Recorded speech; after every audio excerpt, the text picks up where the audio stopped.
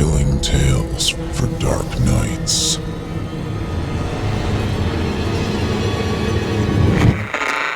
Want to make sure you never miss a Chilling Tales for Dark Nights video again? Be sure to subscribe and hit that bell to turn on notifications.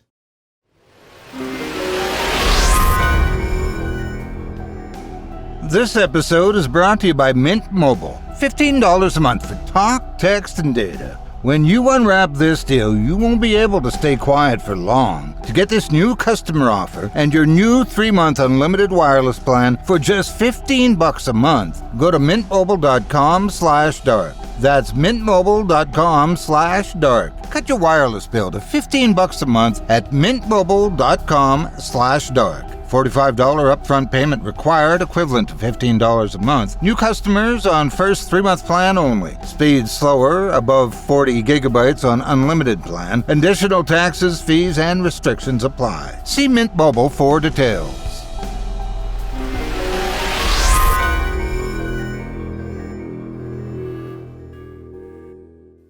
The following program is a production of Chilling Entertainment and the creative team at Chilling Tales for Dark Nights, and a proud member of the Simply Scary Podcasts Network.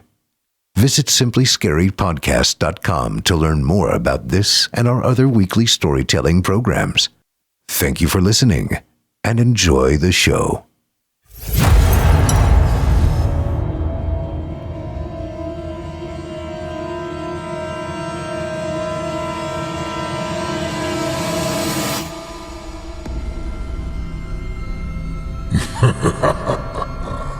Good evening.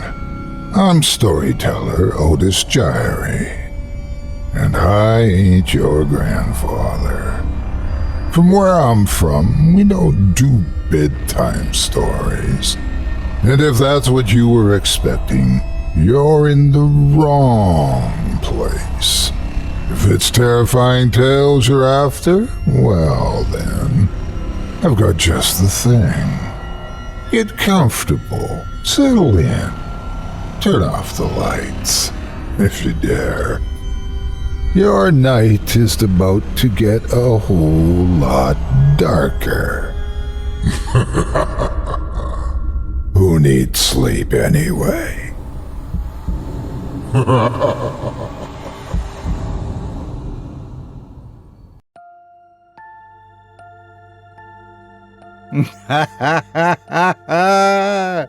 Good evening. You're listening to Scary Stories Told in the Dark. Welcome, dear listeners, to Season 16, Episode 13. I'm your host, Otis Jiry, and here as well is my neighbor, Malcolm Blackwood. Hello, dear listeners. I hope you are well this evening. And in this episode, we'll be performing 5 tales to terrify you, courtesy of authors Brian Martinez, Mann, Micah Edwards, Nicky Exposito, and Dominic Eagle. Tonight we'll hear stories of seasonal delights to chill you as you warm by the fire and to add a little sinister spice to that eggnog you've been gulping down. You're listening to the standard edition of tonight's program, which contains the first 3 spine-tingling stories. If you'd like to show your support and enjoy an extended version of this and other episodes with twice the terror, visit simplyscarypodcast.com and click Patrons in the upper menu to sign up today. Thank you for your support. Your support is most deeply appreciated, and nothing warms our cold, unmoving hearts quite so much as providing more terror than you can take in one sitting. Now, it's time to take a walk together down the moonlit trail. So lock your doors, turn your lights down low, and settle in. The show is about to begin.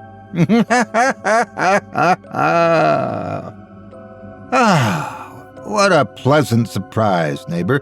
You shouldn't have. 'Tis the season. I'm certainly not going to spend this first holiday season together without giving you something. Well, would you look at that? A new set of gardening shears. I'll have to wait until spring to use them, though. Oh, no. These are all season. You mustn't let a little thing like the cold outside keep you from doing valuable work. Well, thank you kindly. As it turns out, I have a little something for you as well. Oh, one of those retro vinyl records. Screams of the Night, Best of, Volume 1, Caught in a Dark Basement. Oh, I can't wait to put it on for a drive in the car. But come now, surely there's one other thing we can exchange. Are you talking about a story? As in, we'll be telling ghost stories and tales of the gories of Christmases long, long ago. Am I ever? Well then, perhaps you'll enjoy this little treat from Brian Martinez. While decorations are nothing new, sometimes the neighbors put up something you don't much care for. But what I were to tell you that these particular decorations are a little unusual? Without further ado, I present to you Silent Song.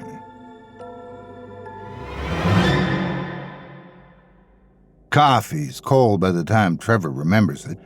He's been staring out that damn kitchen window for so long, he's not even sure when the morning news went to commercial. The eggs on his plate are hard, the yolks congealed into something resembling yellow jelly. Who knows how long he could have sat there, legs numb, shoulders tense, if not for Michelle coming down the stairs. "I thought you'd be leaving already," she says, kissing him on the cheek. Sarah, their baby girl in Michelle's arms, reaches up to feel his face. "I'm running a little slow today," Trevor admits, using the chance to pull his eyes away from the window, like a Band-Aid left to right fast enough to tear skin. Must be the cold weather. He divides and swallows the rest of his eggs, and they go down like cold fish, sludging their way down his throat. Then he rinses the dish and fork and places them in the dishwasher, eyes down, away from the window. He knows he's being ridiculous, knows this on the surface where it doesn't help, not deep down like his grandmother's basement, where he used to turn the light off and run up those steps, feeling the vast darkness pinching at his sneakers. He knew if he just kept them moving up those brown creaking steps, if he ran faster than the shadows could reach, he'd make it to the top and burst through the door into her glue-green kitchen. Trevor slips on his coat, his laptop and lunch bag gathered, preparing himself for a frigid morning. By now, Michelle sits on the couch feeding Sarah in front of the television as the newscasters talk about another missing person. By their count, that makes 6 this month. "You shouldn't be watching this," he says to Michelle. "It's not like that would make it unhappen." "No, I know." He leans over, gives her a kiss, then another to the top of Sarah's soft, fuzzy head. She smiles and reaches for him again. I mean, more for her. I'm sure she can taste the bad vibes. She has to eventually. Trevor zips up his coat and grabs his bags, navigating the door with 2 full hands. When he opens it, a strong wind pushes through, an aggressive salesman cellaring watery eyes and goosebump skin. He blocks the wind the best he can, sheltering Michelle and Sarah from its touch as he waddles out the door and shuts it behind him. The air today is bitter, metallic. Trevor's sinuses sting as he ducks his head and makes his way down the steps into his truck. He tells himself that the wind is the reason for keeping his eyes on the ground, that he's just watching where he's going, looking for the patches of ice that hide on the blacktop. Even when he loads his bags into the back and hops behind the wheel, his gaze never wanders up, never broaches the street or the lawn across the way. As Trevor backs out the driveway, he glances at the living room window. Back when she was alive, his mother used to wave to him from the window every time he left for work. It wasn't this house where they lived, or even this town, and yet the habit of checking for her hasn't left him. He almost wishes Michelle would take up the job, wave to him with Sarah in her arms, maybe wiggle the baby's arm until she's learned to do it herself. But he's careful not to turn Michelle into his mother. It wasn't always pleasant waves from the window. The blare of a car honk jolts him out of the memory. He slams on the brake pedal, losing grip on the steering wheel. Heart hammering, he looks up at the rearview mirror and finds it filled with the front grille of a delivery truck. Trevor waits for the driver to go around so he can catch his breath and shake the adrenaline out of his fingers. It's in this second, as the delivery truck passes on his left, that Trevor makes the mistake that will stay with him all day. He turns his head just a few degrees, then raises his eyes to follow. Tom Norman, the man who lives across the street, has always been a good neighbor. He keeps a clean house, is quick to smile, and quicker to lend a hand. He's chatty, but doesn't overstay his welcome, and he never so much as puts out his garbage cans on the wrong night. The only personality quirk that makes him stand out at all is his insistence on decorating for the holidays.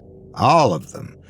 Even the ones most people skip over, like Labor Day and Washington's birthday. But Christmas has always been his time to shine, quite literally, as he usually hangs enough light bulb strands from his roof to land a plane in rainy weather. This year, though, Tom Norman has been decorating for the holidays a little differently. On December 1st, first cold night of the season, Trevor arrived home from a long day at work, and the kind that felt like an uphill jog to nowhere, to an odd sight. As his truck turned onto Maple Avenue, the image of a small man or child standing at the center of Tom's unlit front yard struck him. Their body was rigid, unbending, but they swayed slightly on their feet as if they'd tossed a few drinks back. As Trevor moved closer, eyes on the figure, the stranger rocked back and forth, softly at first, then so violently it was as if they were beating their head against a wall, trying to bash their own brains in. Trevor's foot hovered over the brake. Horrified, he was ready to stop his truck, run to help, to warn Tom about the person having a mental breakdown on his front lawn. By the time he pulled up to his house, however, Trevor was laughing. The stranger on Tom Norman's lawn was a child, yes, an open-mouthed caroler in mittens and coat. He was also made of waterproof nylon, with a motor attached to keep him inflated. It was a lawn ornament, as tacky as anything else Tom Norman had displayed on his property. Trevor thought nothing more of the inflatable boy, forgetting to mention his moment of horror to Michelle when he went inside and gave her and Sarah a kiss. He forgot about it until the next morning, when he dressed in sweats and went for his usual run. This morning, he decided on a route that took him north into the nicer neighborhoods where the Christmas displays had begun popping up in competition with one another, an arms race fought with light bulbs and wreaths. Trevor took his time on the run, despite the wind biting at his nose and lips. He needed these runs to work off the stress of work, the feeling that nothing he did there mattered, that he had no control over the workings of his life. He didn't tell Michelle this, of course, like all the things he didn't give voice to in case they worried her. She had enough problems on her plate without a helping of his. It was the moment Trevor opened the front door and stepped out onto the porch that he remembered the previous night's panic. He remembered it before he looked across the street to Tom Norman's yard, and yet the remembering made it worse somehow. He expected to see the open-mouthed caroler standing there, singing silently in the morning light, but what he saw was a corpse. A crumpled shape on the lawn, lying crooked and mangled, with a look of shock frozen on its face. Dead eyes staring into the sun. Trevor stared at the deflated boy for what felt like minutes, though it couldn't have been more than a few seconds. Eventually, he pulled his eyes away from Tom Norman's lawn and went for his run, trying not to give any more attention to Tom Norman's decorations. Until that night, when a second caroler appeared. Trevor sits in his truck, the honking delivery truck long gone, his head turned toward Tom Norman's house to stare once again at the sea of corpses splayed out on his lawn. 6 deflated nylon bodies, 6 spineless forms with the air taken out, 3 of them children, 2 women, and 1 teenage boy. One of their empty heads twitches, caught in the wind, and Trevor watches it slap against the ground repeatedly, as if using the little life it had left to knock itself unconscious, to release itself from the pain of living like this, broken and powerless.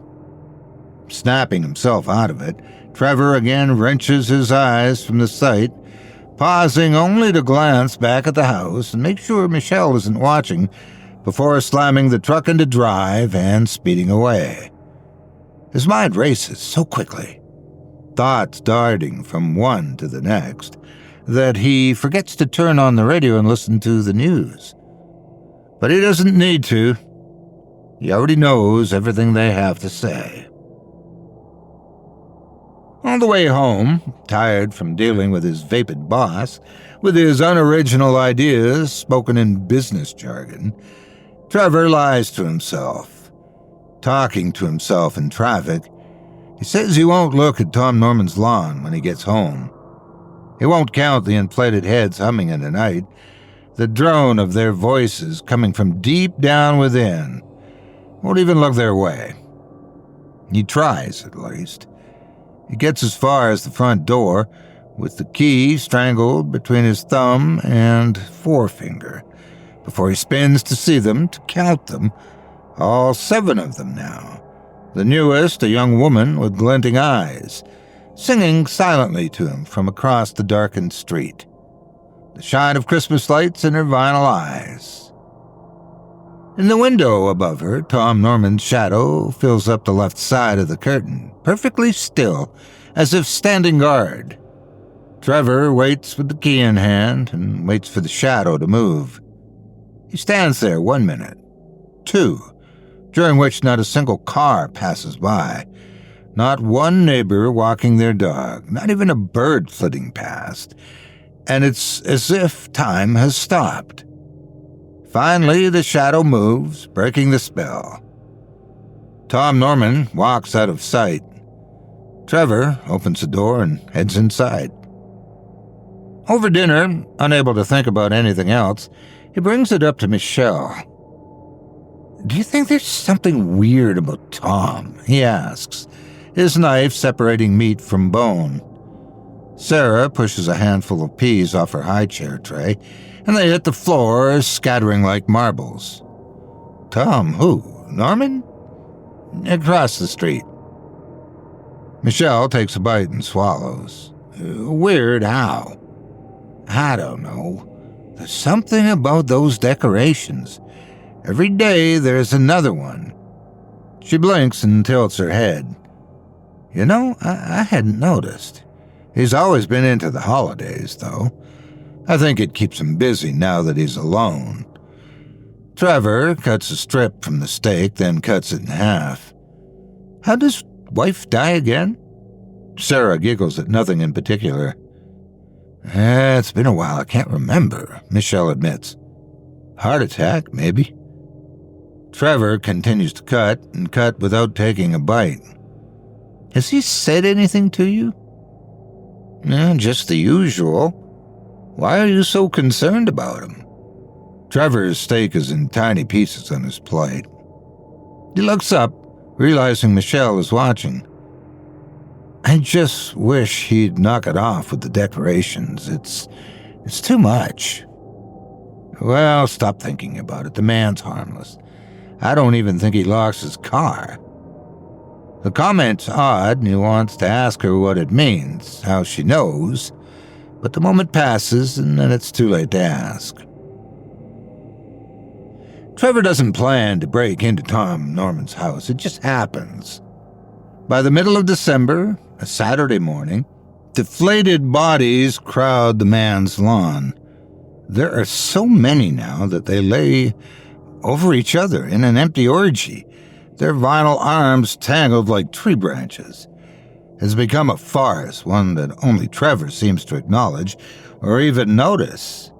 And meanwhile, all the local news stations can go on and on about are the missing people. 10 of them confirmed, but there are more. Trevor knows he's grown distant with Michelle. Their conversations tinged with sour attitude. So he does some work around the house she's been asking him to do. He removes the rotten firewood from the side of the house and sorts out the garage, throwing out strangled wires and twisted light strands. He loses himself in the chore, not thinking about his problems at work or at home.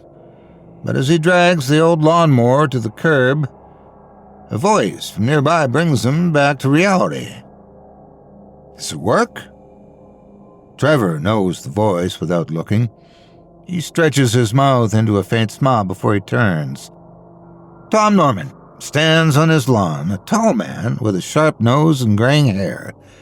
He squints in the morning light, cradling yet another deflated caroler in his arms, like he's pulled it from a house fire. Trevor tries not to look at it. It still runs, Trevor says. Not great, though. I'm hoping someone grabs it up for spare parts before I call for pickup. Actually, Tom says, I'm heading to a swap meet out in Eastmore. Lawnmowers go quick. If you don't mind helping me load it up into the pickup, I can take it off your hands right now. Say no more, Trevor replies. Tom lays the decoration down as Trevor wheels the lawnmower across the street, and together they lift it into the pickup's bed, wedging it between the rest of the junk Tom already has loaded there. It's the closest Trevor has been to the man in some time. Not enough space between them. He can't say he likes it, especially after the last few weeks. He steps back from the pickup bed, more so Tom, wanting a little more distance from the older man. As he does, Tom suddenly lunges at him, eyes wide, and shouts, "Watch it!" Trevor's hands shoot up. He doesn't know what's happening, what the old man's trying to do, but he's prepared to defend himself against whatever it is. Then he notices the man's eyes are focused behind him, his hands moving past Trevor, and he realizes he's standing on something that isn't grass, is smoother, slick.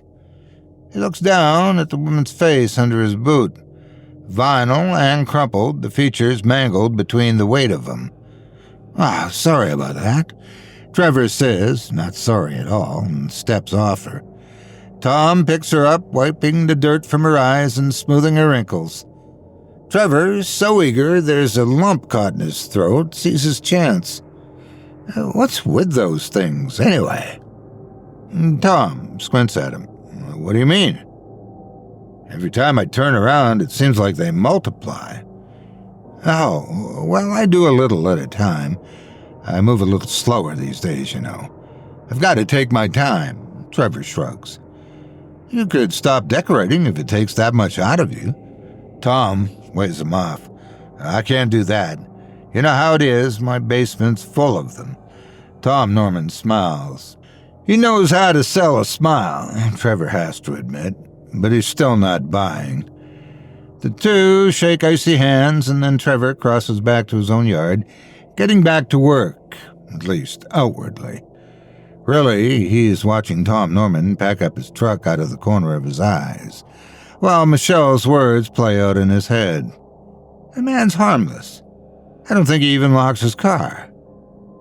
Well, then, Trevor thinks, how about his house? Trevor crosses the street, clutching an old shovel in his hand. If anyone spots him, asks him what he's doing in Tom's backyard, he plans to tell him he's lending him the shovel.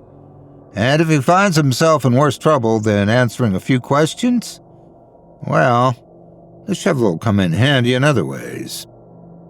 Michelle and Sarah are napping in the bedroom. He checked. And by now, Tom is halfway to Eastmore. Trevor has plenty of time to get in, have a look around, and get out. He needs 5 minutes, tops.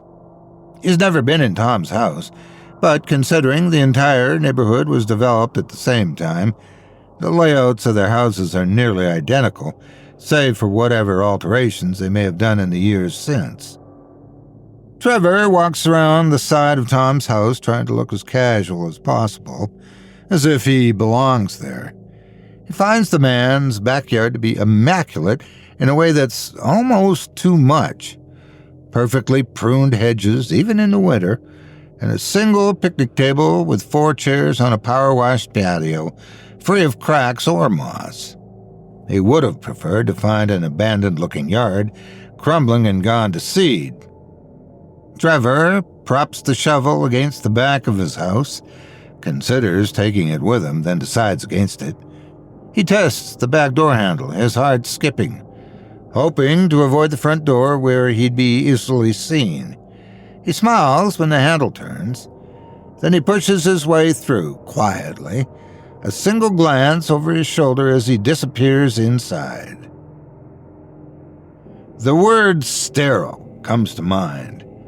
There isn't a spot of dust on the plain wooden furniture inside Tom Norman's house, the world's most boring showroom. The paint is fresh and white, the aqua-colored kitchen unused-looking. Even the magazines on the coffee table are organized in small, neat piles. Trevor wastes no time heading to the basement door, finding it in the same place as the one in his own house, except this one doesn't squeak when he opens it.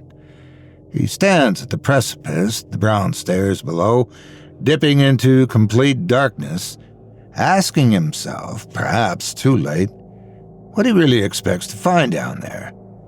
Answers, he tells himself, knowing it has to be enough. His hand goes to the light switch out of habit, but he stops just short of turning the light on.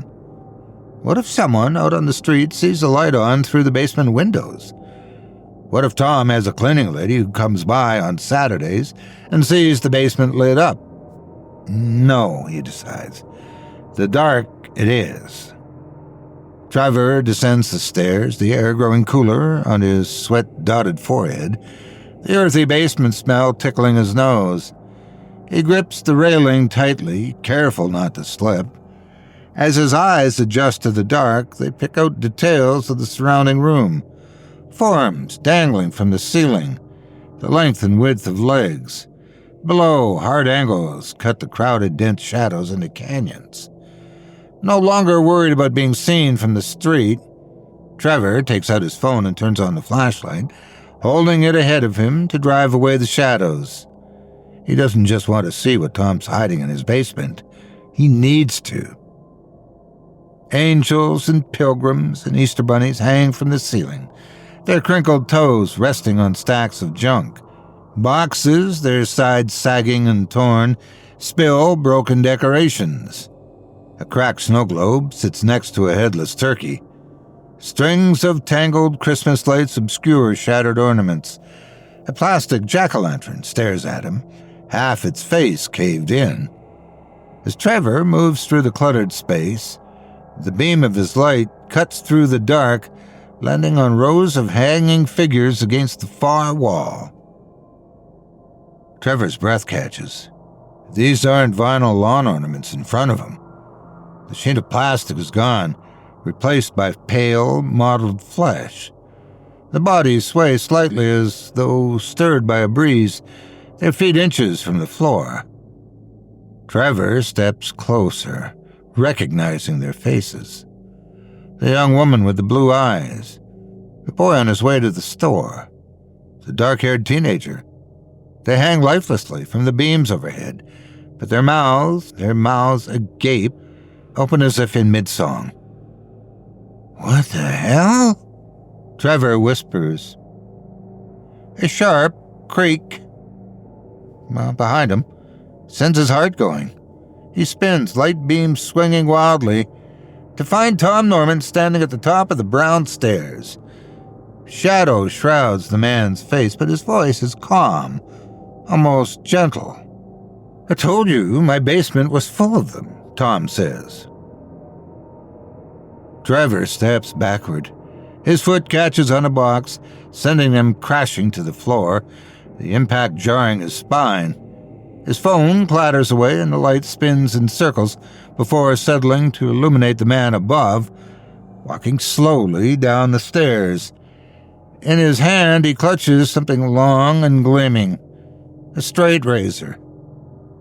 "Tom," Trevor says, scrambling to his feet, "whatever you're doing down here, it's over. I'm calling the cops." "The cops?" Tom echoes. "As if I'm the only one with secrets?" A cold snap moves up Trevor's back, spreading out into his arms.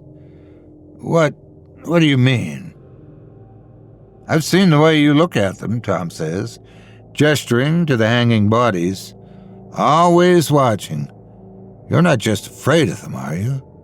No, you're worried they'll give you away." Trevor tries to hide his reaction, but his silence betrays him.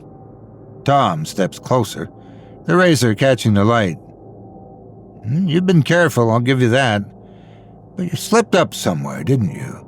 Left something behind." Trevor glances toward the bodies. Tom smirks as if reading his thoughts. "It's funny, isn't it? Two wolves living across the street from each other, pretending to be sheep." With a shout, Trevor lunges at Tom, tackling him to the ground. The two men wrestle, grunting and cursing at each other, the razor slashing the air. Trevor pins Tom, his hands clamping around the man's wrist, to stop the blade from finding his throat. But Tom's stronger than he looks. He twists his body, throwing Trevor off balance, and the razor slices a shallow line across Trevor's arm. The pain ignites Trevor's desperation. He grabs a nearby pipe, swinging it madly, and connects with Tom's head. The older man crumples to the floor, his body motionless. Trevor staggers to his feet, panting. He looks down at Tom, thick blood pooling beneath his head.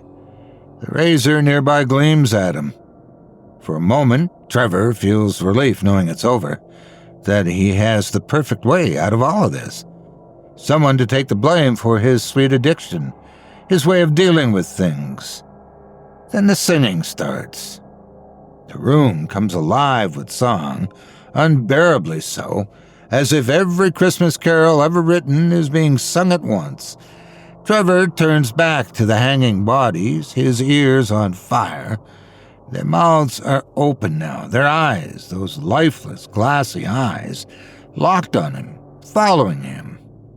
"No," Trevor mutters, backing away. This isn't real." A cold hand clamps down on his shoulder. Trevor shouts, spinning to find Tom standing behind him, blood dripping from his temple. His expression is calm and unbroken. "Not all wolves are made the same," says Tom with a smile. The bodies sing again, louder this time, their song drilling into Trevor's skull. He stumbles backward, hands covering his ears, but the sound is inside him now. His vision blurs, the room spins. The last thing he sees before he collapses to the basement floor is Tom's face, serene and smiling, as the bodies descend from their hooks, arms outstretched and wanting. Next morning, Tom's lawn is as pristine as ever, and with one new addition. A deflated figure lies in the center of the crowd with its legs splayed. It's a man in a work coat, his singing face somehow familiar to anybody passing by. Tom checks on it, making sure the motor's connected, the skin free of holes and tears.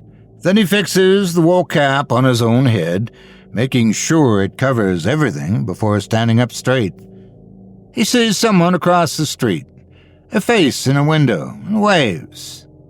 Across the street, Michelle stares out the window, holding Sarah close to her, and waves back.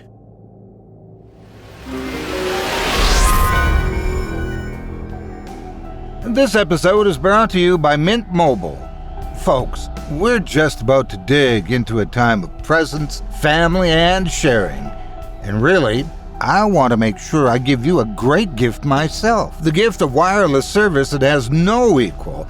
I'm talking about Mint Mobile and their deal for new customers. Sign up for 3 months and you can enjoy unlimited talk, unlimited text, and high-speed data on the largest 5G network in the nation for just $15 a month. Yes, just like that new gadget that you got under the tree, this isn't something to stay quiet about. Tell everyone about the plan that not only saves you money, but lets you keep your contacts, your number, and even your phone. It's not only a great gift to share this season, but it's a great way to start a fresh new year. Folks, as we enter 2025, I hope you have a wonderful holiday season and a happy new year. And I sincerely hope that no matter what surprises come, that Mint Mobile can help you and yours save money and put aside for something truly special. Sign up today to get this new customer offer and your new 3-month unlimited wireless plan for just $15 a month. Go to mintmobile.com/dark. That's mintmobile.com/dark. Cut your wireless plan to $15 a month at mintmobile.com/dark.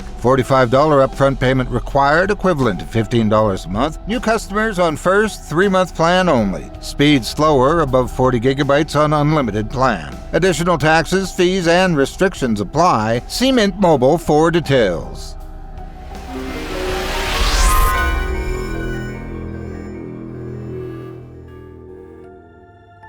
I hope you enjoyed Silent Song by Brian Martinez as performed by yours truly.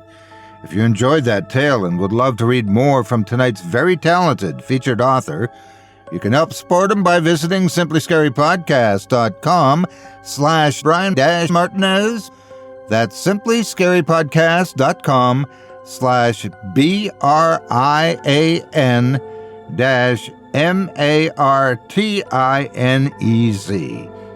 You can visit Brian at his main home at bloodstreamcity.com, but you can also find Bloodstream City on Substack, where you can catch up on his latest horror news.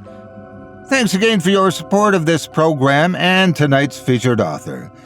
And if you're watching on YouTube and are enjoying this episode, please give a like and a comment and be sure to spread the word on your favorite social media. Listeners like you are how we keep this place going, and we appreciate each and every one of you. Yes, and speaking of appreciation, I'm sure we can all take heart in that most displays should be viewed from a safe distance. Yes, never let decorations get the better of you. You might just get a little too drained for your own good. Yes, well, as we can see here, obsession can get the better of you. But in this next story by Mike Mann, it's not always something petty that can drive someone down a single-minded path. Sometimes it's trying to bring a killer to justice, only to find there's more going on in your town than you realize. Settle down and settle in as I tell you the tale of Smile for the Angels.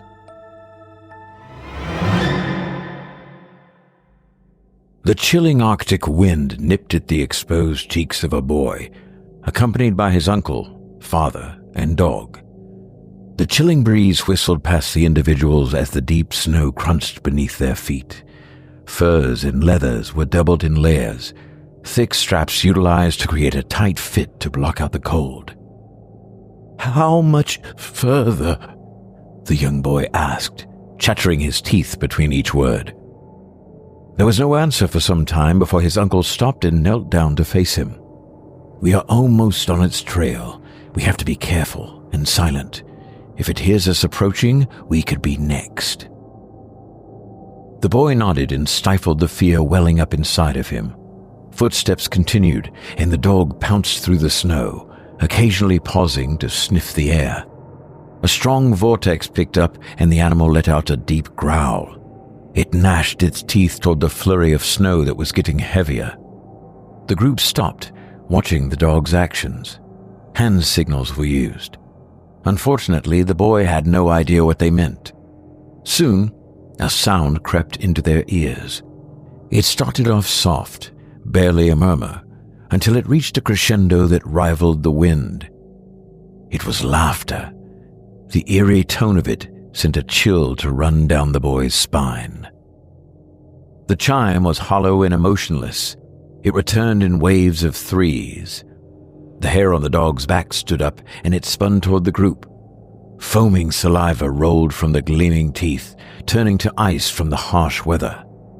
It barked and then lunged toward the boy. In a flash of quick movements, blood spattered on the fresh snow, followed by the final yelp of the rabid creature. The boy's father stood motionless, still clutching the spear he had used to stop the dog. "It's here." The man spoke without removing his gaze from the animal. The spear was removed and they continued forward. Waves of laughter returned, but more profound this time. The boy was instructed to cover his ears. He did so and followed the adults until they came upon footprints. Large prints of bare feet trudged through frozen layers of dark blood. Drag marks followed each foot as if something was being pulled at each side of the wanderer. Fear bubbled up through the boy, and he shivered. The act was not from the cold, but from the agonizing terror of the thing they pursued. Menacing chuckles followed with the wind, and the boy pressed harder against his frigid ears. The sound was muffled but still apparent.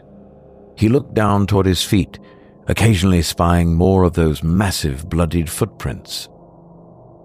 Before long, he ran into the still frame of his father. No words were spoken or hand gestures utilized. Instead, the boy's father grunted and nodded his head. The pulsing heart inside the boy's body skipped a beat when his eyes fell upon what had caused the seizing of motion. Toward a frost-covered boulder stood a man, not an ordinary man by any means. This man was deathly thin, with pale skin that had an opalescent sheen. Ice crystals covered countless areas of the abrasive flesh, along with purple and black splotches of frostbite. Aside from the bits of tattered and rotting furs, the body was exposed to the elements. Long strands of frozen hair dangled in front of a gaunt face. Barely visible through the locks of obsidian were a set of unblinking eyes. Wide and without pupils, the things scanned the white landscape. A crooked smile stretched across cracked blue lips. A long stream of brown liquid stained the corners and dripped over the jawline. The thing's head looked left, then right before kneeling down. That horrible laugh spewed from the sinister mouth. The thing began to fumble with something at its feet. The three stood there in awe, trying to ascertain what it was doing. Realization took over in the form of the boy gasping. Tears dropped and froze to his skin as he cried at the sight of his dead mother and sister. Their corpses tangled together in a small pool of blood. Their furs had large rips, exposing torn flesh. The most horrific part was their still open eyes, accompanied by the same smile as the thing that took them. The mystery of their fates had been discovered in the worst possible way. Chomping and slurping commenced as the wretched thing began to eat the remnants of the two women. The boy clenched his teeth and tried to hold back the wailing, but to no avail. He let out a cry that caught the attention of the emaciated creature. The boy's uncle quickly cupped his mouth. "Hush! You need to be quiet." But it was too late. The creature had stopped its feast and jerked its head forward. Blood oozed from the grinning mouth, and it stood up. There was no time to plan, only attack. The boy's father let out a war cry and charged toward the thing, spear gripped in both hands. The second adult followed suit after instructing the boy to remain at his spot. The men charged toward the scrawny and menacing ice demon. The charging hastened until all three crashed with a thud. The spear missed its target. The father was knocked back, and the uncle was lifted from the ground with a bony hand. The laughing echoed in the dry air. The creature's free hand rose and spread a set of 5 abnormally long fingers with deep black nails at the end. The next few moments are blurry due to the child covering his face. But in the end, his uncle was dead and bloody. a large smile etched on his lifeless face. The boy's father fought with all his might, but also lost. The scuffling weight of the three bodies caused a large crack to form below their feet, none aware of the fact that they stood on a thick slab of ice. The cracking grew louder until a hole gave way, sending the boy's father and the monster jolting toward the icy depths. The boy sat in fright as he watched his father sink. His heart thumped in his chest at the loss. However, the worst sight was that of the pale face slowly sinking into the abyss. Those white eyes pierced through the frozen locks of hair. Its laugh seeped through the display of sharp teeth that echoed until it finally broke the water's edge, leaving the boy all alone in the desolate cold. The glowing numbers of the alarm clock shifted from 6:59 to 7, and the voice of Burl Ives rang through its speaker, telling the world to have a holly jolly Christmas. "God damn it, shut up!" screamed the already annoyed man, who quickly sat up in his bed. He jammed his thumb into the off button and got to his feet. "God, I hate this crap," he spoke to himself while putting on his pants and walking to his dresser. A bottle of whiskey was snatched up and the lid was removed. The man grabbed the glass next to it and poured the brown liquid, then swallowed the whole thing in one gulp. The sting of the alcohol caused a wince. Then warmth took over as it slowly made its way down to the man's stomach. He put on a shirt and then stepped out of the bedroom. A loud ringing echoed in the hallway, which sent the man speed-walking toward it. He lifted the receiver and spoke in a harsh voice. "Yeah?" Another voice came from the other end. "Rick, he's back." The man holding the phone raised an eyebrow. "Who's back?" There was not a moment of pause in the response. "Angel Maker." Anger welled up in the man and he snorted. "Give me the address and I'll be there as soon as I can." He wrote down the info on a sticky note and hastily got ready. With the turning of a key, the car purred to life. The winter air left a trail of steam to rise from the tailpipe. The vehicle sped off and the anxious man, better known as Detective Rick Elner, was headed toward what was most likely another twisted gift from a demented giver. Rick drove through the frost-covered streets of the town he had grown up in his whole life. Snow shifted lazily with the slight breeze in the air. Christmas lights were on display, but not lit. Wreaths and trees set up, images of Santa, and periodically he saw children building snowmen. All of the things he loathed this time of year. When most people think of Christmas, they associate the holiday with joy, family, and happiness. For Rick, it only meant sorrow, regret, anger, and solitude. This would mark the third year of a dreadful season. His thoughts harkened back to his wife and children, their faces, smiling and displaying those soft, happy eyes. Then the mood shifted into tears, screaming and crying. The reel of images morphed from scene to scene until it landed on the monstrous displays of desecrated bodies, all sprawled out in the snow, covered in blood and lacerations. Angel Maker, the name coined for a heartless lunatic who had sent a plague of fear to infect the town of Alavandrel. Bodies tore open, stuffed with Yuletide trinkets of all sorts. Blood coated their bodies and left to freeze in the cold. These corpses all had been manipulated in the snow to create wings beneath them, hence the name published in tabloids and news bulletins. This had been Rick's obsession ever since he was called to the first case. The lifeless body of a 15-year-old girl left him feeling dead inside. This spanned a total of 9 other victims, all left in the same manner. No clues found, no murder weapon. There was nothing to link a culprit to these heinous acts of violence. The work spilled into his home life, which in turn led him to becoming an alcoholic. The liquor morphed Rick into an abusive, neglectful terror within the walls of his home. Instead of finding the serial killer, he took his frustration out on his family. After the 5th broken bone, his wife divorced him and took the kids without warning, a week before Christmas. Since then, the lonesome detective had zero contact with his children and didn't even know where they went. Instead of sobering up and trying to make amends, Rick spiraled deeper into his bottle and spent every waking moment plotting his suicide. However, in reality, he was a coward. He could never bring himself to pull the trigger.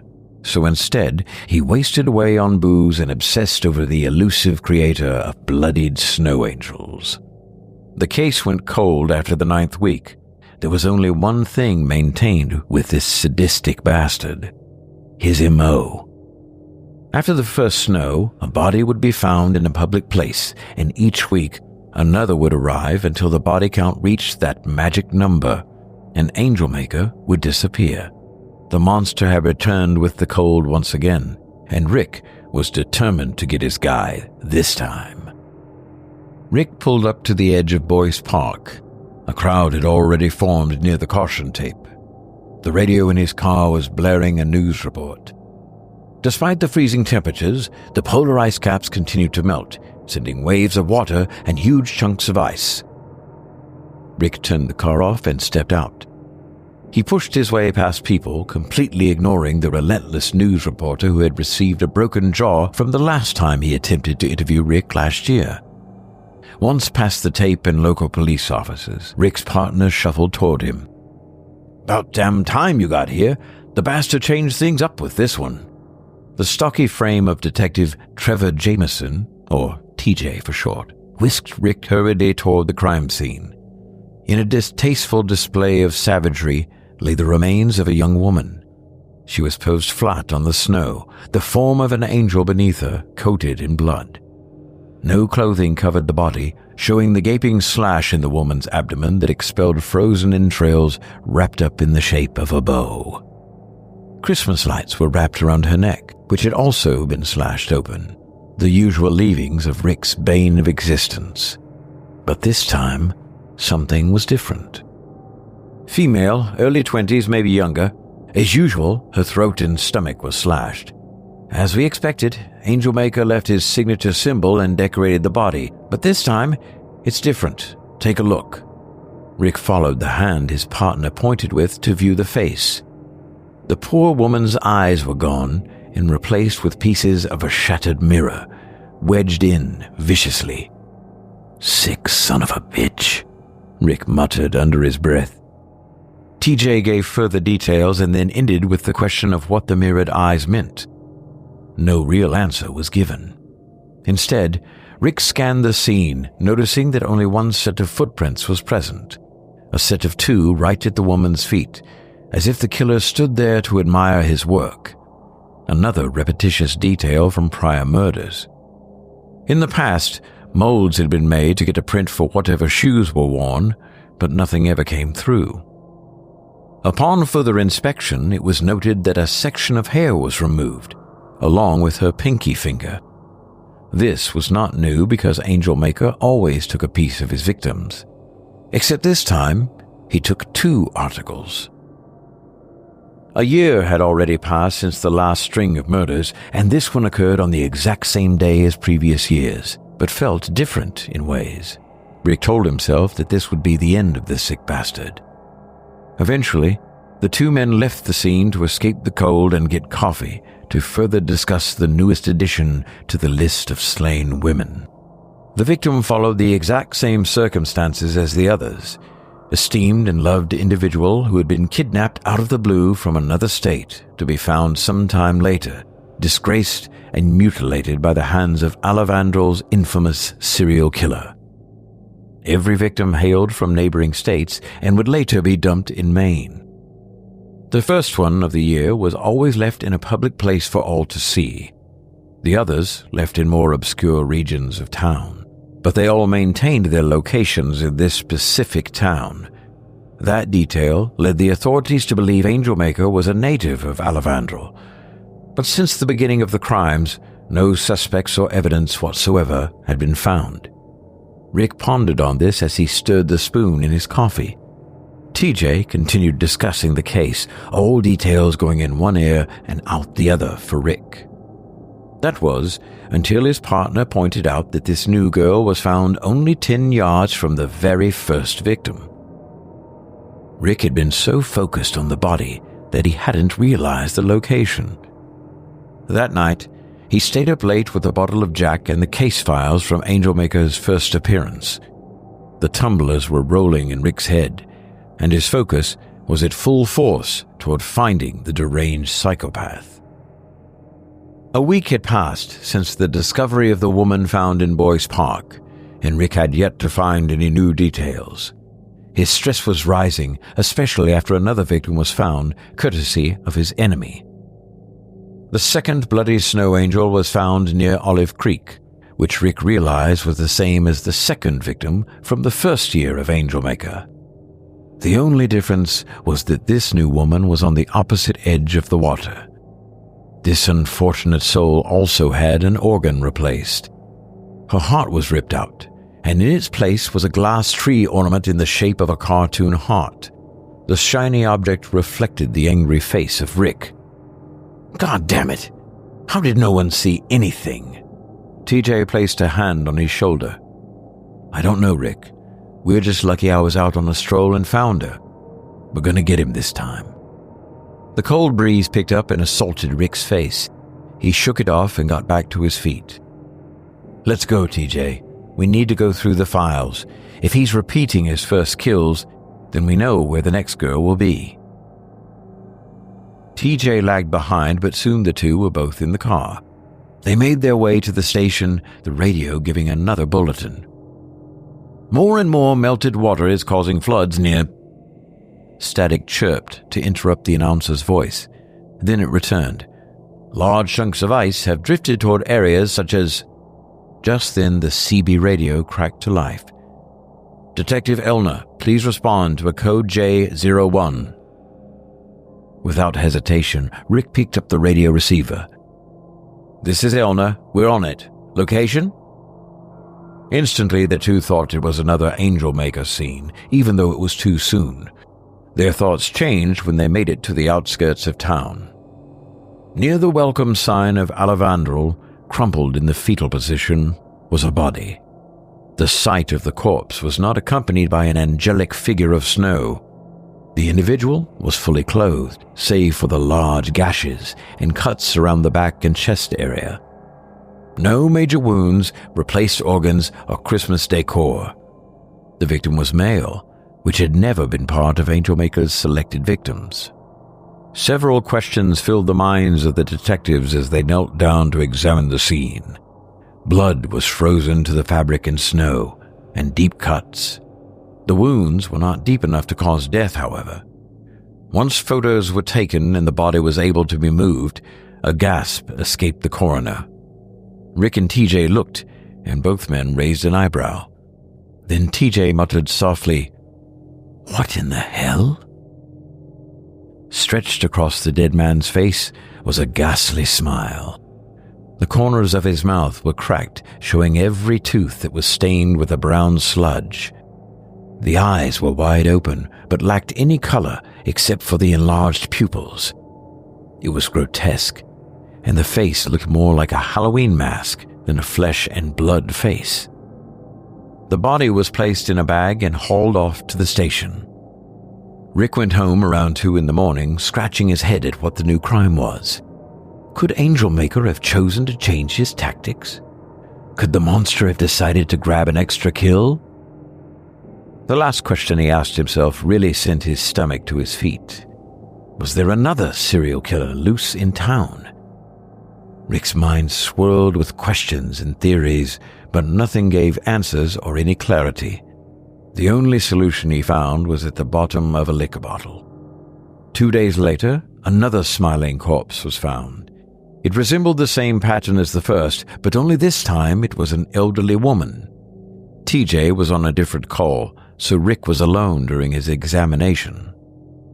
The look of the smiling, decrepit face left him feeling uneasy. The more he focused on it, the more melancholy it became. Then, out of nowhere, a sound flooded his ears. A low murmur of a laugh, dry and emotionless, like that of morbid sarcasm. It tickled his ear, and he looked in all directions but did not find the owner of the ominous laugh. He thought his mind was playing tricks on him, but as he left the scene, the wind blew, and the hollow chuckle accompanied it. It was 2 weeks before Christmas, and in that time, 3 more girls were discovered, along with 4 more smiling bodies. To add to the unease and frustration, sting operations were performed in hopes of catching Angel Maker. The latest bodies were all found near the same areas as the first appearance of Alejandro's serial killer, but even though multiple squad cars sat for reconnaissance, there were no sightings. It was only after the authorities left the scene that the bodies were discovered, as if Angel Maker was watching and knew the police were waiting. Things were getting strange, and it left more questions than answers. Even stranger was that Rick noticed that his partner was always either the one to discover them or the first on the scene. Then there were the smiling faces of the dead found on the outskirts of town that slowly reached the main hub of Alejandro. Rick thought he was losing his mind, because during every body he examined, that dry, crackling laugh flowed with the wind. And he swore he saw a strung-out junkie in the background, a tall, lanky, framed man who wore hardly any clothing, sick boils and other pustules covering the body. He noticed a horrific smile on his face, but that was all he saw, due to the man hiding behind long strands of dark hair. Rick made a point to question the junkie, but by the time he approached, the man had already disappeared. Rick talked with TJ about it, but this brought no closure. Then, a series of cataclysmic events took place, beginning with TJ abruptly having a meeting and leaving his keys in Rick's car. Rick noticed the keys later on in the night after his shift. He grabbed the set and decided to drop them off at TJ's house. That's when something caught his eye, a small gold pendant with a tiny diamond at the center. To his knowledge, TJ had never been married, and as far as Rick knew, the man was not in a relationship. Granted, Rick did not interact with his partner outside of work, but thought he had enough knowledge of the man's out-of-work life. That night, he stopped at his partner's residence and left the keys in the mailbox, spying on the multiple ornaments and angels decorating the lawn. At the time, he thought nothing of it and drove home. As he lay in bed, the cases rolled through the confines of his brain, and then something clicked. The pendant. He thought he had seen it before. The image refused to leave his mind to the point that sleep would not come. So Rick headed to the station super early to go through all of the dossiers on Angel Maker. The papers and pictures of those poor, desecrated women littered his desk. He drank heavily from the bottle stashed in a drawer. His mind swirled and his anger flowed like water. He slammed his fist down on the desk. Slowly, a picture slid from the pile and landed on the floor. He picked it up and scanned it. Elizabeth Coulter, the first girl to be found back before the serial killer got his name. Gutted like a deer and wrapped with garland at the front steps leading to the fountain of Boyce Park. The memories burned bright in Rick's mind, and that's when it hit him. He looked harder at the photos, and there it was, the small gold heart with the tiny diamond. He choked on the bourbon as he peered at the sight. Son of a bitch. Questions and scenarios were forming, and without thinking, Rick left the office and headed back to TJ's. He wasn't sure what he was going to do, but obviously his partner had tampered with evidence. Rick wouldn't stand for this. He had another thought, but prayed it wasn't true. He pulled in the driveway, noticing that TJ's car was still gone and all the lights were off. Where the hell is he at 4 a.m? Rick spoke out loud to himself as he exited his car. He walked up the steps, holster unbuttoned. His hands searched the mailbox. The keys were still inside. Without a thought, Rick unlocked the door and stepped inside. At first, the living room seemed ordinary, but then the images of angels and Christmas decorations covered the entirety when Rick lit up his flashlight. With the murders going on, the decorations seemed morbid to him. He crept through other rooms, searching for something, but he was not entirely sure of what yet. Never being in this house, the landscape was unknown to the detective. Then he stopped when he heard a thud. It came from below, and then it returned quickly, followed by a muffled whine. The search for the sound brought Rick to a door near the kitchen. It had a lock on it, and as luck would have it, the accompanying key was on the keychain. Rick slowly descended to a damp and musty-smelling basement. Light flickered within the brick walls, and the sounds grew louder. This is when recollection and rage flooded him. Lining the walls were clippings of the Angel Maker case. On the other side was an altar of sorts. Angels covered in red and black paint. Near unlit candles were articles of jewelry. Next to the jewelry were remnants of severed fingers, some rotting and withered. His search stopped when another whimper filled the room. He jerked to the left and dropped his flashlight. In front of him was a nude woman tied up to a blood-stained mattress. A blindfold covered her eyes, and a rag was tied over her mouth. Blood crusted her nostrils. She was squirming and crying. "Jesus Christ," Rick whispered.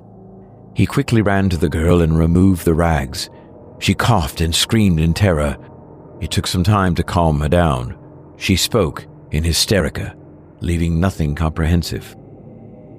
All of a sudden, footsteps could be heard upstairs. Then the sound of TJ's voice echoed. "Rick? Where are you, buddy?" The flashing of blue and red lights illuminated Rick's face as he watched the girl be taken into the ambulance. The chatter of radio static and voices were all but muffled to him. The events of the last 2 hours were all a blur.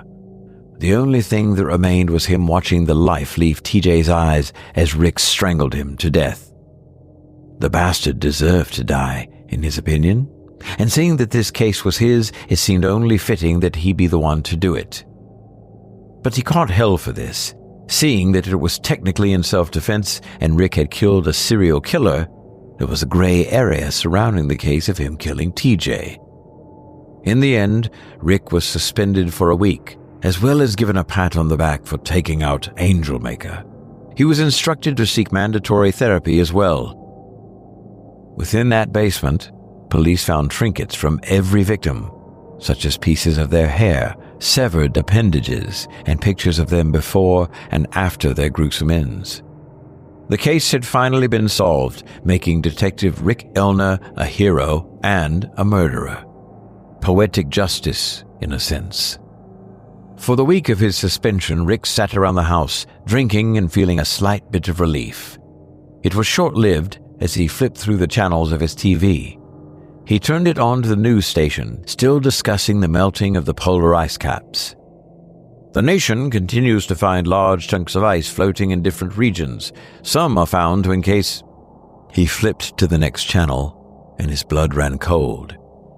This just in, discovered in the backyard of the infamous serial killer Angel Maker, formerly Detective Trevor Jameson, was the body of a young boy. Rick listened intently and began to grind his teeth at the details. Torn clothing, deep cuts, splashed blood, dilated pupils, and the glued smile carved in the boy's face. He took in the reported speculations of it being Angel Maker's final kill or the workings of a second serial killer in Alevandro. At the time, his station had chalked up the Smile murders to be part of TJ's sick game. Rick had also believed it for a moment. But there was no way. If the body had been there, it would have been discovered the day Rick strangled TJ. Unless someone else had slain the boy. Although he couldn't interfere or help in the case, Rick knew he had to go. So he got in his car after taking a few shots of bourbon. The streets were covered in sleet with a few patches of black ice. The temperature had dropped down to the low 20s. The road swayed back and forth from the intoxication. Rick swerved, nearly hitting a parked car on the side street near TJ's neighborhood. Finally, he pulled up to the house that was swarming with police cars. The yellow tape around the yard bounced from the chill wind. The snow crunched under Rick's feet as he trudged toward the backyard. Images of the girl and TJ's dying face assaulted his thoughts. He shook off the mental displays and continued on. He crept up near the scene. It was just as described in the news report, but to see it in person was worse. It made his stomach churn to see the teenager left discarded in such a grisly display. And that smile, that horrible smile, sent a twinge of morbidity that raised the hairs on Rick's neck. He tried to get some extra details, but was reminded of his lack of involvement in the case. He huffed and turned to head back toward his car he had left running. He looked toward the trees bordering the house and paused. The deep, white eyes pierced through him, and his breath shivered.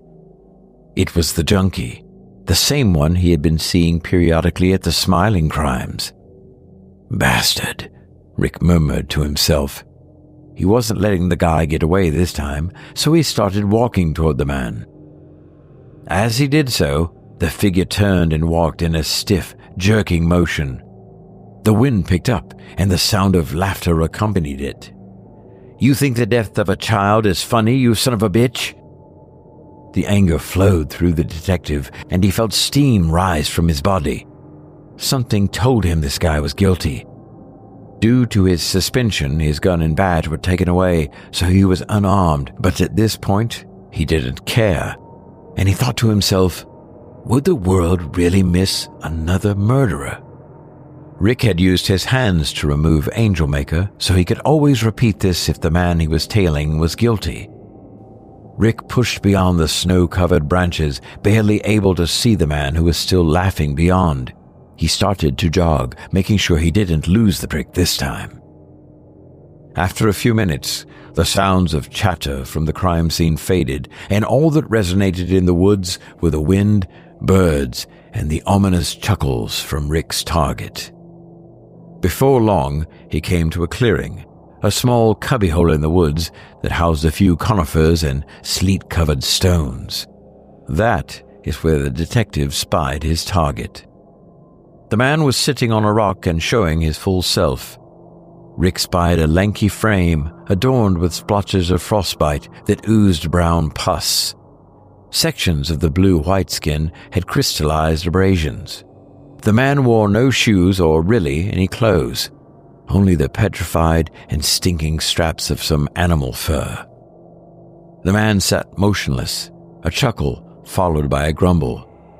The sickly-looking man was using his elongated nails to dig at an open sore. The wet sloshing of the act made Rick wince. He spat with frustration. "Don't move, you sick bastard. Laughing at the dead? You're coming with me." When the words faded, the figure lifted its head in a robotic motion, peering at Rick with completely white eyes, void of any emotion. Then, the body rose to its feet, displaying an ungodly height. Rick had to tilt his head upwards to view this. A grimacing smile stretched from ear to ear, displaying jagged teeth of ivory. The clouds above shifted to release sunlight that created an opal shimmer on the thing's flesh. Rick swallowed a lump in his throat, regretting not bringing something to defend himself. Even though riddled with fear, the man stood his ground. He balled his fist, anticipating a fight with this creature. But before he could react, the thing was on him. The laughter rang in his ears as he felt the sharp nails digging into his body. The burning mixed with the uncontrollable tickle to his nerves. In a strange turn of events, Rick began to laugh from the sensation. The words were filled with the cacophony of laughter and the sound of a struggle. On the morning of Christmas, a woman sat in her living room while two children praised all the presents Santa had brought them. She had left the TV on for background noise when a breaking story tuned in to the latest details on the murders within the town of Alevandro, Maine. The male news reporter read the following prompt.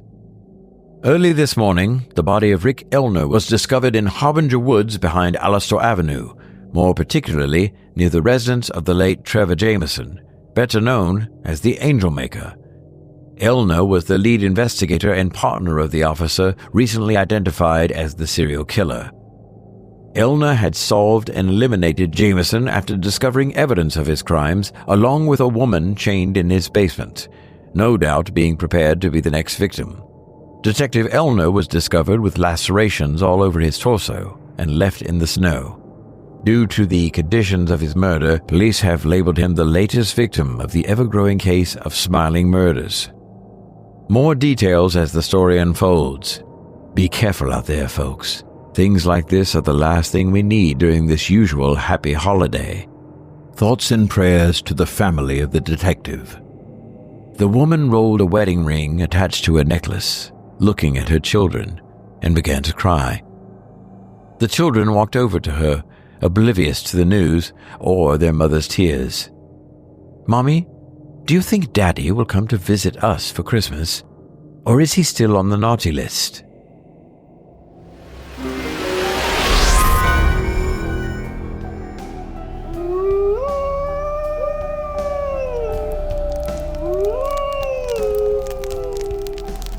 Now, folks, I've got some thrilling news for you.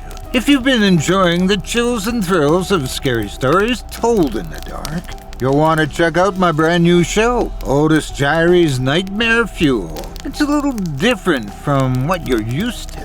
This time I'm inviting you to join me around the campfire at Camp Duskwood, right on the shores of Twilight Lake. It's an immersive, interactive experience where you'll feel like you're right there with me, swapping tales in the shadows. And these aren't just any stories. On Nightmare Fuel, I'm narrating tales I've never performed before. Brand new takes from rising authors, fresh spins on classic horror, and a few timeless legends that'll stick with you long after the fire's gone out.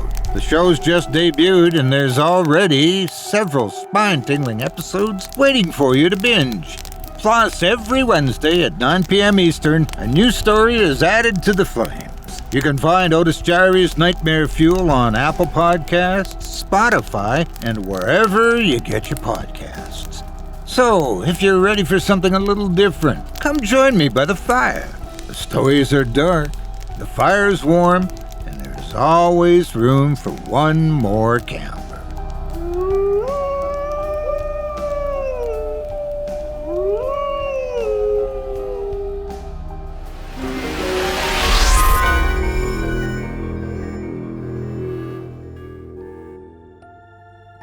I hope you enjoyed Smile for the Angels by Mike Mann, as performed by your friendly neighbor, Malcolm Blackwood.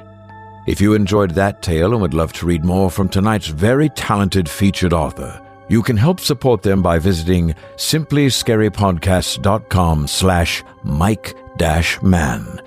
That's simplyscarypodcast.com/MIKE-MANN. Mr. Mann's work has appeared starting in Season 15 of the show, and if you don't mind a touch of the squirms, I would suggest going back and taking a listen. Thanks again for your support of this program and tonight's featured author. Curiosity killed the cat, you know. And the detective, too. I make it a basic rule that if I see anyone cross my path missing pupils, I don't try to follow them. I don't want to know where they left them. You think that one's rough, though? I have a story for you from Micah Edwards about a bully that's about to find out there are worse things than the naughty list. Waiting in line for your tires to be rotated? Worse. Without further ado, I present to you Santa Coal. Give it back. A common scene on any middle school blacktop at recess. Two children squabbling with each other, their words the final prelude to a fight. The larger child smiles confidently. The smaller, pushed to the edge, holds back tears. A sight eventually familiar to any person who has ever been among groups of children in any capacity, really. It is certainly familiar to everyone on this playground.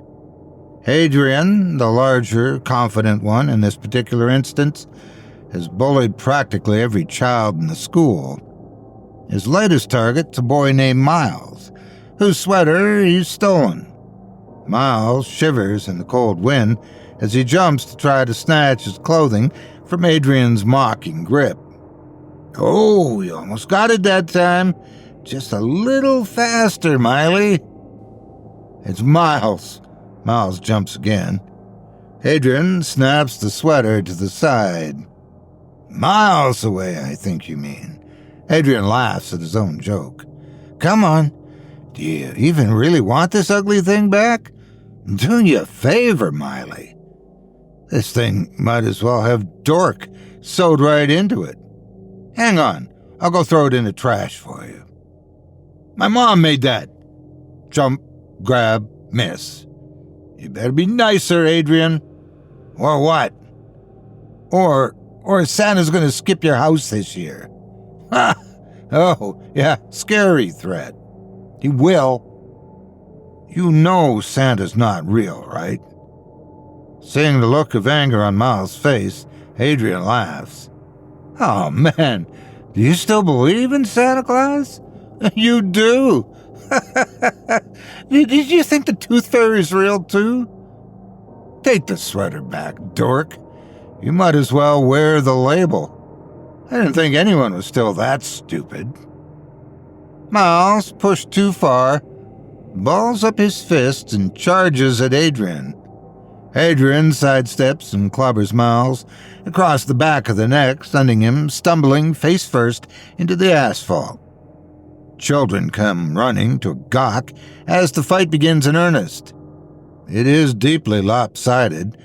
Miles' righteous fury is no match for Adrian's size and strength. By the time the teachers arrive to pull them apart, there's a lot of blood. None of it is Adrian's. He started it, Adrian said. All I said was I couldn't believe anyone in middle school could still believe in Santa Claus, and he attacked me. I was just defending myself.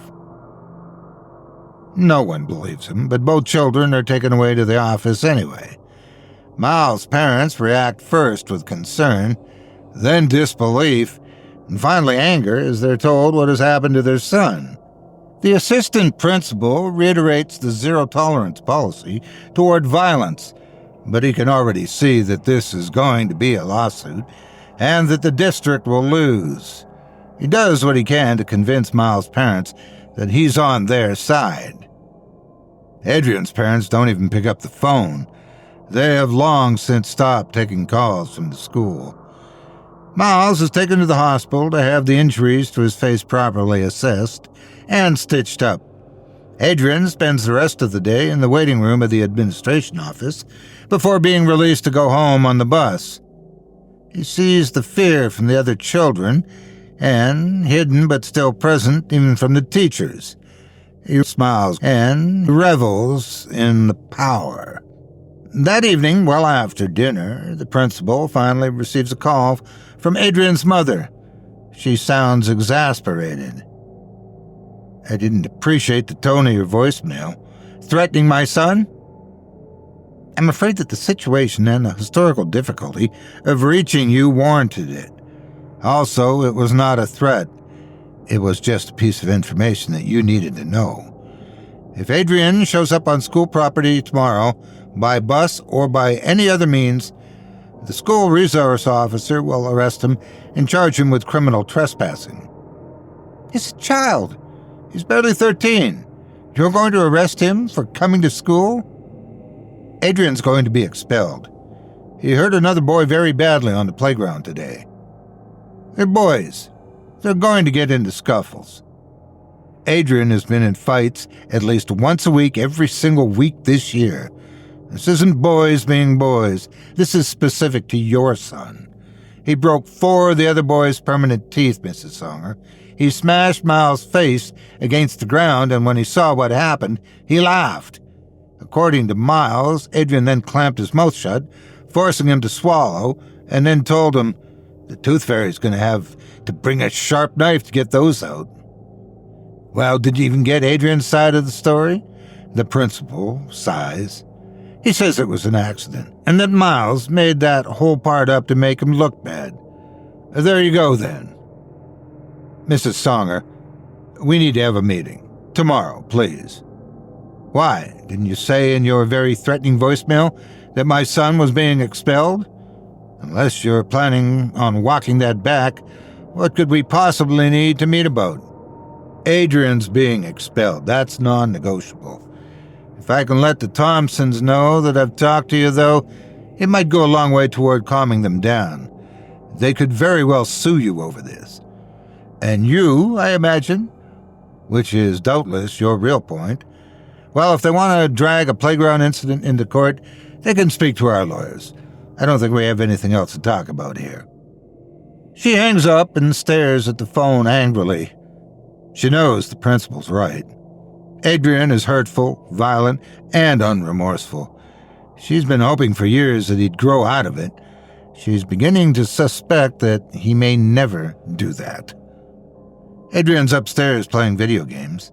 Although he put a boy into the hospital a few hours ago, he shows no signs that today was any different than any other day for him. It was just something to do. Adrian's mother is not entirely correct on this point. Today was different for Adrian. He enjoyed himself quite a lot. He's already thinking about who he can victimize next. He'll be upset to learn that he's being removed from the school. He was getting comfortable with being feared. Adrian's parents have a long discussion about what to do.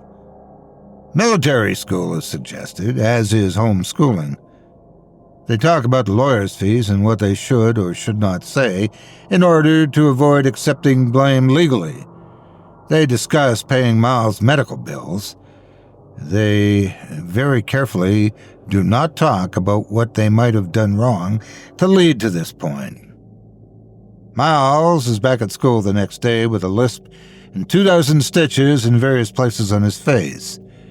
Adrian is at home on an extended vacation.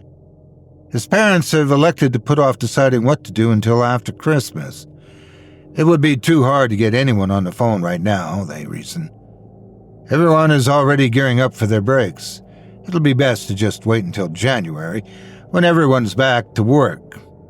There will be, of course, another delay in January. There's always another reason to delay. Adrian asks his parents if he can have an airsoft gun for Christmas. He's been reading up online on how to increase the pressure to make the shots more dangerous. You got expelled from school for fighting, Adrian, says his father. What makes you think we would get you a gun for Christmas? For that matter, what makes you think we're getting you anything at all? Adrian smirks. You're getting me presents, he said confidently. You already have them. What are you going to do, unwrap them and return them? Adrian's father pictures the idea. No presents under the tree. A single lump of coal in the stocking to make it clear that this is an intentional snub, not simply that it hasn't been filled yet. He pictures Adrian's face, but even in his fantasy he doesn't see disappointment or hurt. He sees rage. He sees calculating revenge. He's afraid of what his son would do if he, as a father, tried to enforce consequences and teach him a lesson. He should have done it long ago. It's far too late to start now. He's afraid of his 13-year-old son. Adrian is correct. The presents were bought months ago. They'll be under the tree Christmas morning. But he will not buy his son an airsoft rifle. He tells himself that's a minor moral victory at least.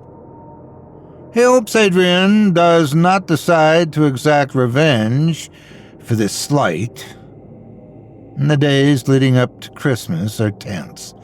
The Thompsons have indeed engaged lawyers to address Adrian's playground assault. The Songers' lawyer is handling it for now, but at some point, quite a lot of money is going to be required. Adrian's father fantasizes again about selling his son's presents and other belongings to help pay the costs. It feels like the sort of thing that would be fitting, and he knows he never will. On Christmas morning, the Songers gather around the tree to take smiling photos and pretend everything's fine. the moment spoiled by Adrian's sharp eyes. As he's sitting down, he sees that only 2 of the stockings hanging from the mantel have been filled. His is notably thin. "Hey, what gives?" he demands. "Why is there nothing in my stocking?" His parents exchange confused looks. Each of them wonders if the other has somehow found the courage to finally take a stand. They feel not relief but anger and shame. At least when they were both inept parents failing to control their son, they had each other. Now, one of them has shown the other up. They're no longer a team. They're failing alone. Adrian launches into a tantrum.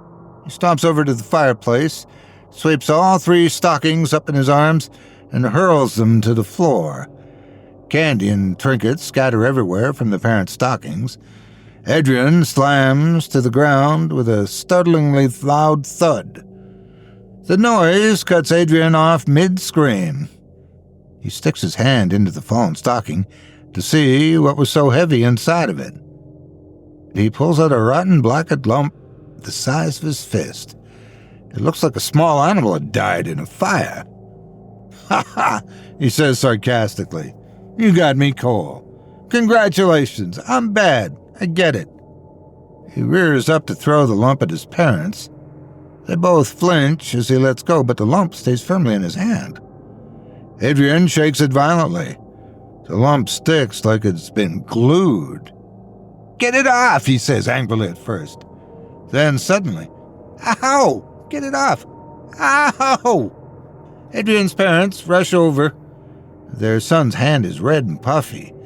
The skin on the back is jutting up oddly as if it's being pushed up from the inside by a dozen blunt needles. He still cannot drop the thing that was in the stocking. They try to pry it free, but stop when the blood begins to well up from Adrian's hand. It appears to have bonded with his flesh. Adrian is screaming, whimpering, and waving his hand around wildly. He bangs it against the brick fireplace, trying to knock it loose, but the jolt of pain feels like it was his hand he hit, not the coal. It's bonding to him in more ways than one. Adrian's father's on the phone to 911. Hello? My son is..." He looks at the situation, considers how it would sound, and decides to lie. "Having some sort of an allergic reaction to something he touched. I don't know what it is. It looks organic. Maybe some kind of mushroom? His hand is swollen, and it looks like the skin might have been pierced." He covers the speaker of the phone for a second. "They want a description. Hold still, I need to see it." Adrian continues to scream. The thing in his hand is burning, searing. It takes both of his parents to pin his arm down and hold the thing still long enough to see. It is an ugly and misshapen lump. It glistens in places, not as if it's wet, but as if it's toxic. It looks solid, but clearly it has the ability to extrude or exude something. Neither Adrian's mother or father is willing to touch it and risk their own hand. It beats occasionally, a slow pulse. They both tell themselves that this is an illusion, a mistaken impression brought on by Adrian's flailing. It is not. Adrian's father returns to the phone. "I'm sorry, it doesn't look like anything I've seen. It's a solid black lump, a little bigger than a beer can. Please, just get an ambulance out here. It's hurting him." He thinks about the boy Adrian hurt, Miles. Could this be something his family or friends did as payback? He adds, he pulled whatever it was out of his Christmas stocking. Neither my wife or I have any idea how it got there. We need the police, too. Someone might have done this to hurt him on purpose. Adrian, released by his parents, is retreated to the couch to sit and whimper. He stares at his hand, now mottled a horrific red and white. His finger joints feel like they're beginning to fuse. He can no longer bend anything in his hand. The fingers are spread as far apart as they can be. The sullen lump clings to the middle of his palm like a diseased slug. The pain is not reduced at all. It comes in unpredictable waves and spikes. hitting not just in his hand but all the way up his arm now. The strange internal spines are spreading further as well. His skin is slowly being stretched taut. It reaches a frightening distance from his bones. The stretching hurts, but much less than everything else. Even screaming has begun to cause new agony. He could feel the spines beginning to prickle along his throat and press up inside his tongue. He thinks about making Miles swallow his own teeth, and his joke about the tooth fairy would have to cut them out. He wonders if Miles was right about Santa Claus and the tooth fairy after all. This feels like supernatural retribution. He's prepared to believe. His parents fuss about it in agitation as they wait for the ambulance. They bring him pillows and water. He swats them away with his working arm. Everything is agony. How could a pillow help? The swelling and stretching continue. Adrian's other arm goes rigid like the first. The further it spreads, the more pain he feels. It never eases. He feels like his skin is being stretched to make room for more pain. By the time there is a knock at the door, Adrian has swollen to half again his normal size. His body looks like a sausage about to burst from its casing. His face is lost within the bloated, dappled flesh. His mother wonders if he can breathe. Guiltily, she wonders if it might not be easier if he could not. The two men at the door are not EMTs. The car outside's not an ambulance. It's a black sedan with a large door in the back that swings sideways to allow large objects to be loaded in. It looks suspiciously like a hearse. "Please, sit down," says the first of the men. He walks in as if it's his house, and, following his own request, takes a seat on the couch. "I'm afraid we have a lot to tell you that's going to be very hard to understand." "Our son is dying," shouted Adrian's father. Adrian hears all of this. There's nothing wrong with any of his senses. If anything, they're heightened by the unending agony that is now pushing through his entire body. "Where's the ambulance? What are you doing here?" Your son's not dying," the first man says calmly. The second man is inspecting the black lump on Adrian's hand. He nods, and the first man continues. "He's been chosen by the Santa Coal." "The what?" "Please let me explain without interrupting. I know you won't believe most of this. Just listen and accept. It's true and does not require your belief. Humans are, quite a lot of the time, not particularly nice to each other. I'm sure that much is not a surprise. What will surprise you, though, is that this behavior leaves a sort of psychic residue. Cruelty has tangibility, at least in the metaphysical sense. It stains whatever it touches, and if it's not cleaned up, then it just sort of sits there. It accumulates. Surfaces get grimy. Other unpleasant things begin to grow on them.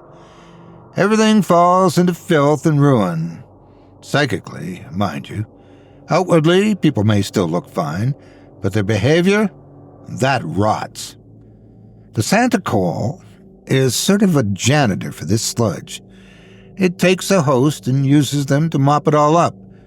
In order to maximize the utility of the host, it transforms the body. That's what you're seeing right now. It stretches the host into a sort of a sack to keep it all in, then spends the rest of the year gathering it all up and storing it inside the host. "He's our son," pleads Adrian's mother. "He has a name, Adrian. Who did this to him?" The visitor tightens his lips. "I'm afraid that this part will be hard to hear. The Santa Coal chooses his own host. When the year's up, it moves of its own accord. From what we can tell, it takes someone who caused the most cleanup the previous year." Caused the most cleanup?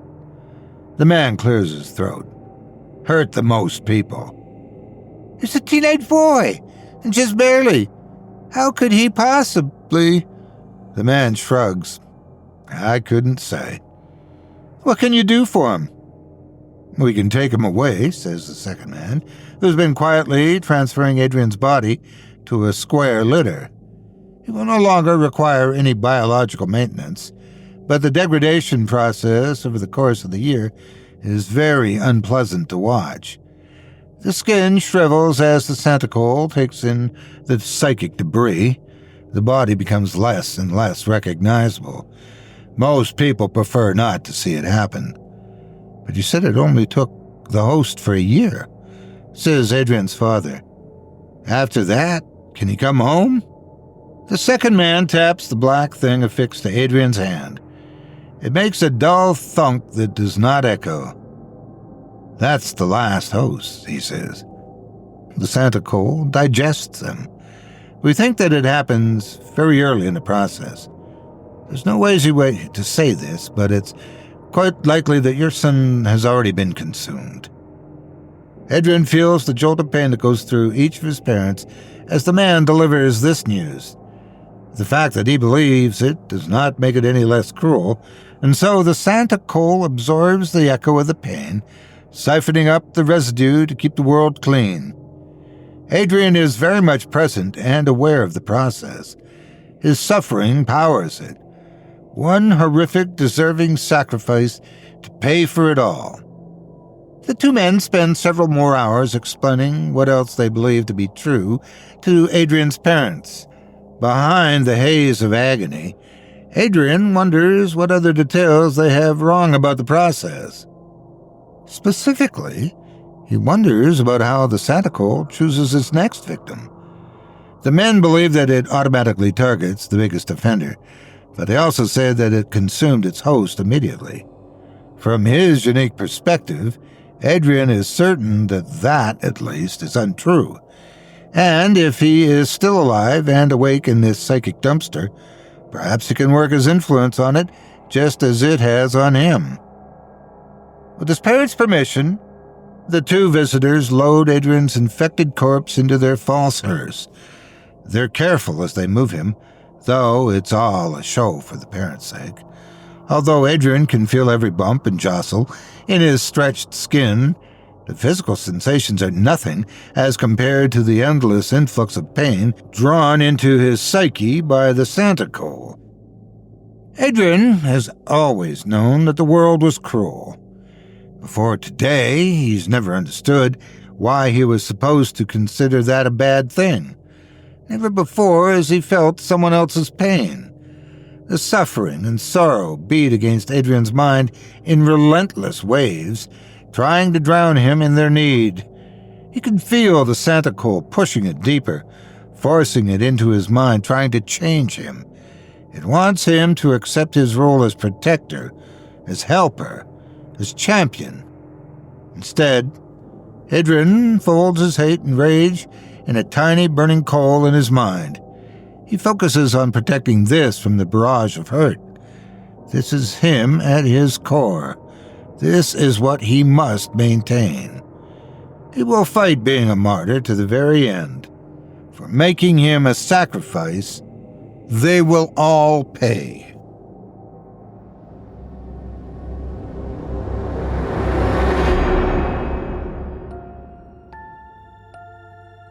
I hope you enjoyed Santicle by Micah Edwards as performed by yours truly.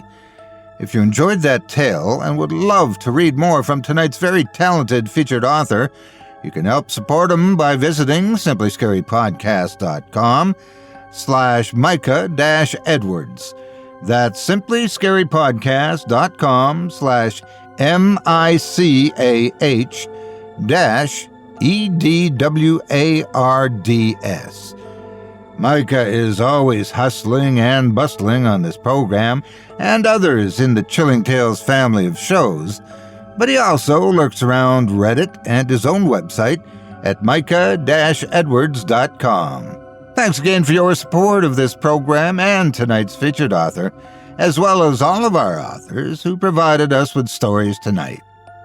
And thank you to Malcolm Blackwood for his evening's tale. It was an honor and a privilege. And to you lovely people at home, be safe this holiday season and don't do anything I would do. I know how not to be caught, after all. Oh, and if you need to reach into your stocking, I would recommend a thick pair of gloves. Now, before we go, we'd also like to take a moment to thank you personally for joining us on this episode of Scary Stories Told in the Dark. If you enjoyed what you've heard on today's program, please take a moment to stop by our iTunes page or wherever else you listen to your favorite podcasts and leave us a 5-star review and a kind word. It makes a huge difference and would mean a lot to us.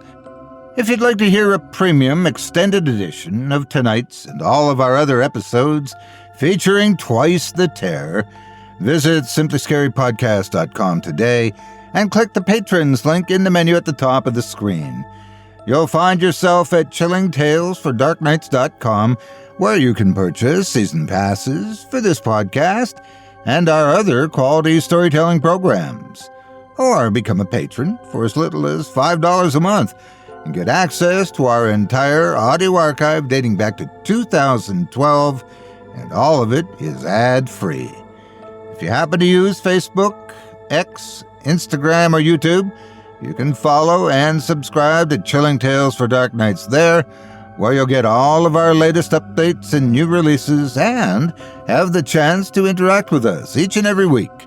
You can subscribe to me on YouTube as well at the Otis Jiry channel, where you'll find releases of my series, Horror Storytime, dating back to 2014, and you can find me on Facebook, X, Instagram as well.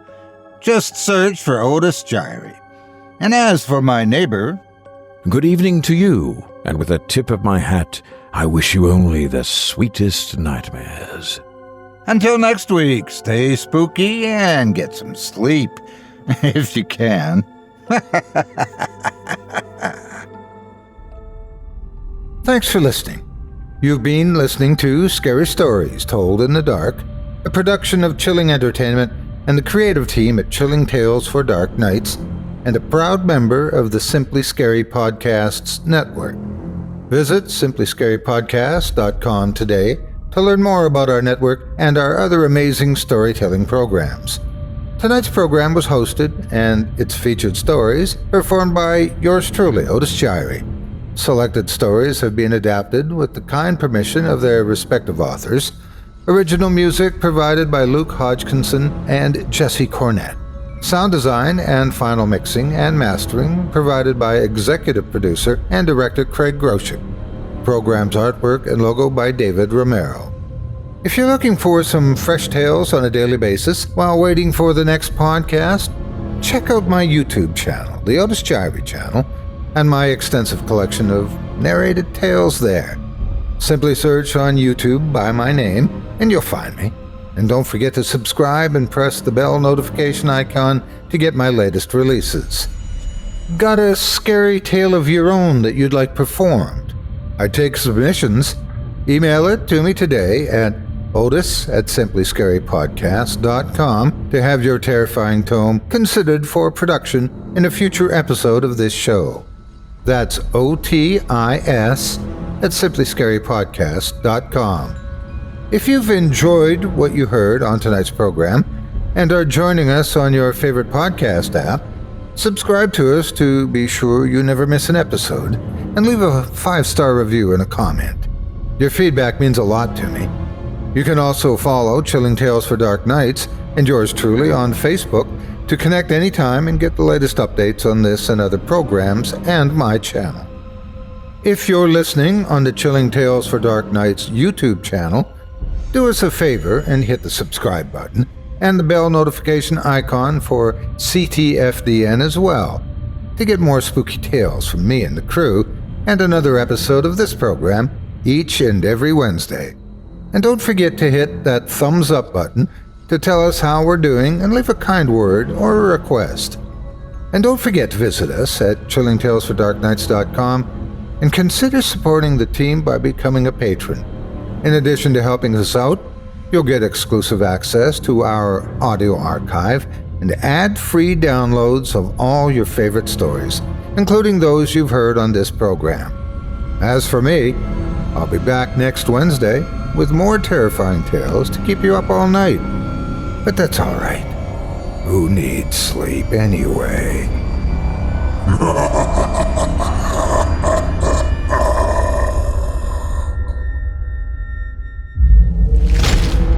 Chilling tales for dark nights.